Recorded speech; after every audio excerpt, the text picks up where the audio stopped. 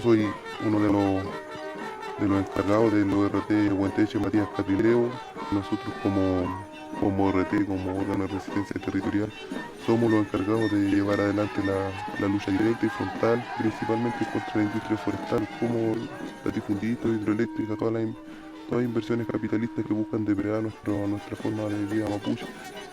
Esto quiere decir que nosotros entendemos como huichazo y como mapuche revolucionarios que en el fenómeno o en el extractivismo y en el transnacional está como la cuarta etapa de dominación y de expoliación territorial hacia nuestro pueblo. Para ellos, los que hoy en día nos quieren arrebatar lo poco que nos queda y destruir el mundo, o sea, nuestro pulmón, y eso para nosotros que somos mapuches, la destrucción de nuestro propio, por decirlo de cierta manera, nuestro ethos, nuestro ser mapuche, y de esa forma también buscamos igual hacer desalojo de las transnacionales, hacer desalojo de las forestales, para que en ese desalojo frontal se reconstruya nuestro mundo mapuche, y también de esa forma aceptar la paz para la liberación nacional de nuestra gente, de nuestro pueblo.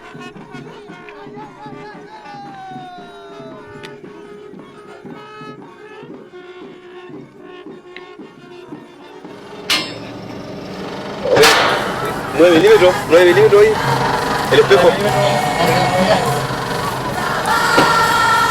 Atravesó el espejo. Aquí no viene, a la izquierda. Oye, paren por la tronera, con la escopeta. ¿Por acá? No, pero...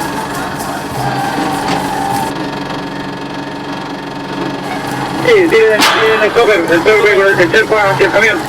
La frena ahí, están disparando, full. Tome. Ahora un poquito y mete las tomes. Fusil. Ya está quedando los pisos, weón. Oye, ya, pues, weón. ¿Qué te pasa, weón? Saquémosle una cargada de mayor.